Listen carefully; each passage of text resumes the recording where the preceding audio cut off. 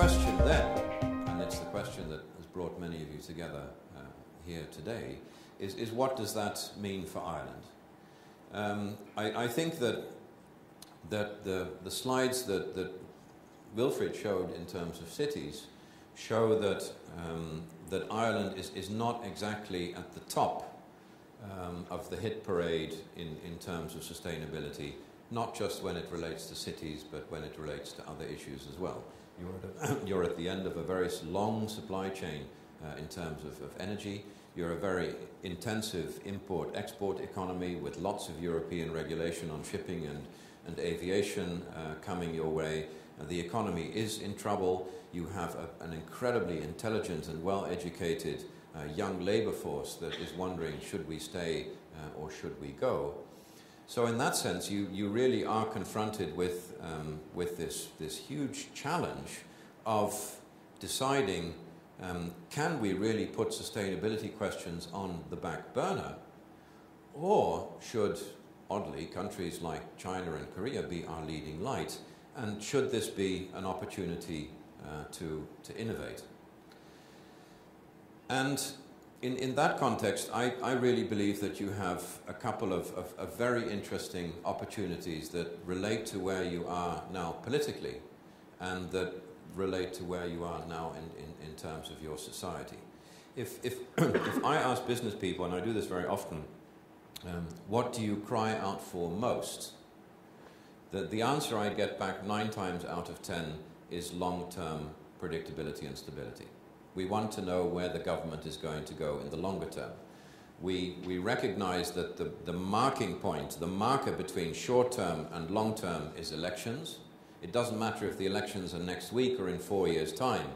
That's the marker between short-term and long-term, and it makes it very difficult to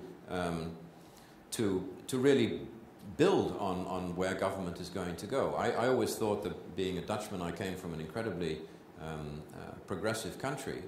And I recently had a conversation with a Japanese investor in renewable energy technology. And the Japanese are incredibly polite, which the Dutch are not. But the Japanese are incredibly polite. And being impolite, I kept prodding him to get a clear answer on the question, why are you not investing in my home country in Holland? And finally, the Japanese gentleman decided to be slightly less polite as well, and said, because your government is so incredibly unreliable. Because we cannot build a long-term investment case in terms of the politics in the Netherlands, because you just, every 4 years, it flip-flops in a different direction. Now, I know that you've just gone through an election process here in Ireland, which has been about a lot of bitterness and a lot of looking back. But there are 2 questions, I suppose, that I have. And the first question relates to the fact that the last time I was here a couple of months ago, there was talk about maybe offering favourable tax rates to green companies willing to invest in Ireland, so that you become a green investment island. Probably Europe, the IMF and others would not react to that very favourably at this moment in time.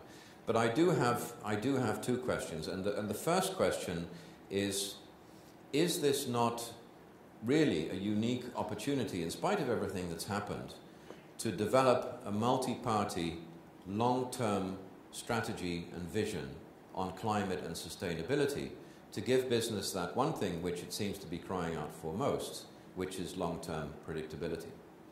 And my second question would be, is this not also a unique opportunity to craft that long-term agenda in a partnership, not only amongst politicians, but in a partnership with businesses, knowledge institutions, and civil society, to really make this a collective, long-term agenda that can enthuse the country in moving forward and in determining its future. Because, Matt, I know you didn't say it, but we can't put the world on hold. The world is not on hold, and of course you can wait, but in all instances the one clear consequence of waiting is that you get